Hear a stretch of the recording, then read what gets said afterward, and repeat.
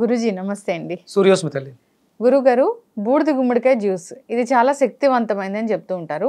So అసలు బూడిద గుమ్మడికాయ జ్యూస్ ఎవరు తీసుకోవాలి, ఎవరు తీసుకోకూడదు? దీని ప్రిపరేషన్ అంటే ఎలా ఉంటుంది? అంటే డిఫరెంట్ అనారోగ్య సమస్యలకి డిఫరెంట్ ప్రిపరేషన్ అనేది ఉంటుందా? ఏ టైంలో తీసుకోవాలి? సో ఓవరాల్గా దీని గురించి. కూష్మాండము విన్నారా? తక్కువ అంటే మెడికల్ నాలెడ్జ్ ఉన్న వాళ్ళకి అర్థమవుతుంది. ఆయుర్వేదంలో మనకి కూష్మాండ లేహ్యం అని దొరుకుతుందమ్మా. సహజంగా అది బాగా ఓవర్ హీట్ ఉన్న వాళ్ళకి వాడుతూ ఉంటారు. అంటే ఈ మధ్య కాలంలో మనకంటే చాలామంది బూడిద గుమ్మడికాయ గురించి ఇంతకుముందు ఎప్పుడో చాలా కాలంగా చెప్తూ ఉన్నారు. అదంతా ఏంటంటే పై తొక్కను తీసేసి లోపల గింజలు తీసుకుని ఓన్లీ ఫ్లష్ మాత్రమే వాడటం జరిగింది. మ్యాక్సిమం మనం స్టార్ట్ చేసిన తర్వాతే తొక్కలు గింజలతో సహా జ్యూస్ తీసుకుంటూ దానివల్ల వచ్చేటువంటి బెనిఫిట్స్ని పొందుతున్నారు. కూష్మాండ సూక్తము అని ఉంది వేదంలో. ఒక సూక్తం ఉంది, అంటే వేదం చెప్పింది. అంటే మనకి ఏదైనా చెప్పామంటే దానికి ప్రమాణం ఏంటి? Scientific evidence. ఏదైనా ఒక డిసీజ్కి మెడిసిన్ పనిచేస్తుంటే దానికి ఎవిడెన్స్ ఏంటి అంటే మనం గ్రంథాల్లో వాటి గురించి, అంటే ఎవరైతే ఈ మెడిసిన్ కనిపెట్టారో వాళ్ళు దాని గురించి డిస్క్రిప్షన్ రాస్తారు. ఈ మెడిసిన్లో ఇన్ని కాంపౌండ్స్ ఉన్నాయి, ఇవి దీనికి పనిచేస్తాయి. ఇలా మరి కూష్మాండము దేనికి పనిచేస్తుందంటే మనకి అథర్వణ వేదంలో, వేదాల్లో ఆయుర్వేదం అని, ఆయుర్వేదము అంటే ఇది వేదమే చెప్పింది.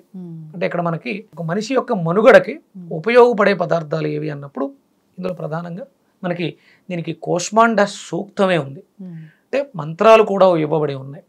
అంటే ఇది ఎంత గొప్పది అనేది, అంటే ఆ మంత్రాలను మనం అధ్యయనం చేయగలిగితే బూడిద గుమ్మడికాయ తాగడం వల్ల ఏదైతే బెనిఫిట్స్ పొందుతున్నామో కూష్మాండ సూక్తం చదవడం ద్వారా కూడా అది మనకు వస్తుంది అనమాట.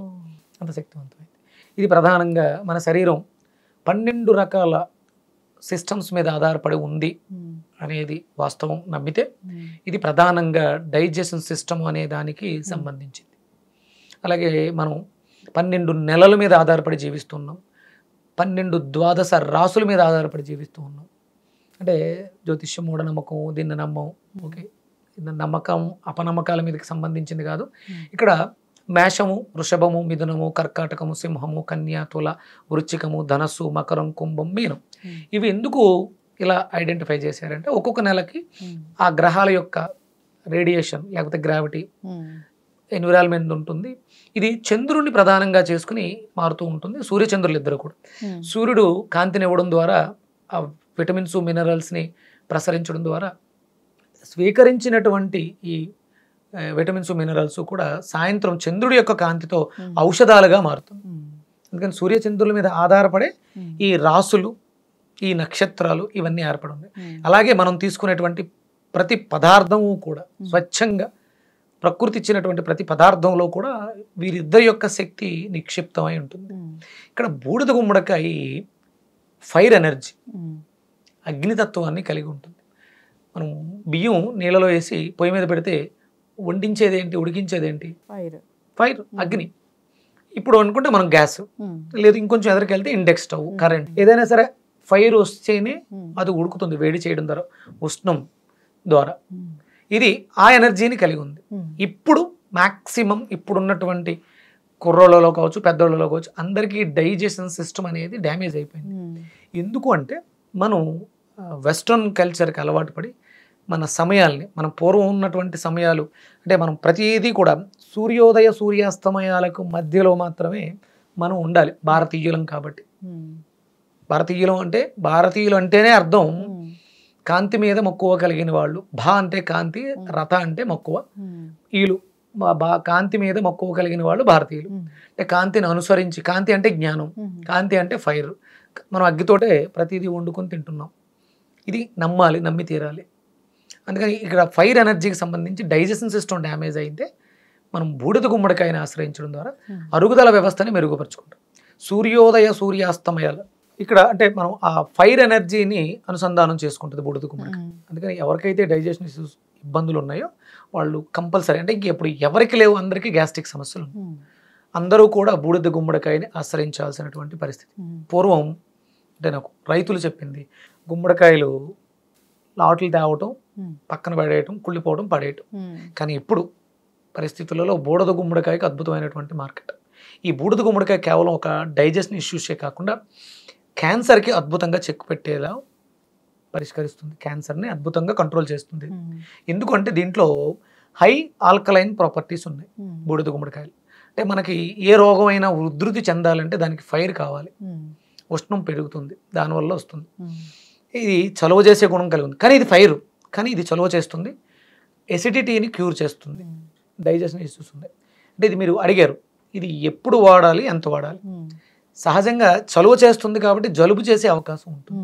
అందుకని ఏంటంటే మనం ఈ రైనీ సీజన్లోను వింటర్లోను బూడిద గుమ్మడికాయ వాడొద్దు అంట. ఒకవేళ మన పరిస్థితి బాగాలేదు అన్నప్పుడు వేడి నీళ్ళు, గోరువెచ్చటి నీళ్ళు వాడుకోవడం ద్వారా దాన్ని అధిగమించవచ్చు. అందులో దీంతో పాటు మనం మిరియాల పొడి వాడతాం కాబట్టి పెద్ద ప్రమాదం ఏం కాదు. దీని ఎలాంటి అనుమానం లేకుండా తొక్కతో సహా బూడిద గుమ్మడికాయలు, అంటే పూర్వం ప్రతి ఇంట్లోనూ కూడా వంటగడుదులలో బూడిద గుమ్మడికాయలు తీసుకొచ్చి పెట్టేసుకునేవారు. ఎప్పుడు అత్యవసర పరిస్థితి వస్తుందో తెలియదు కాబట్టి ముందే ఉండేది.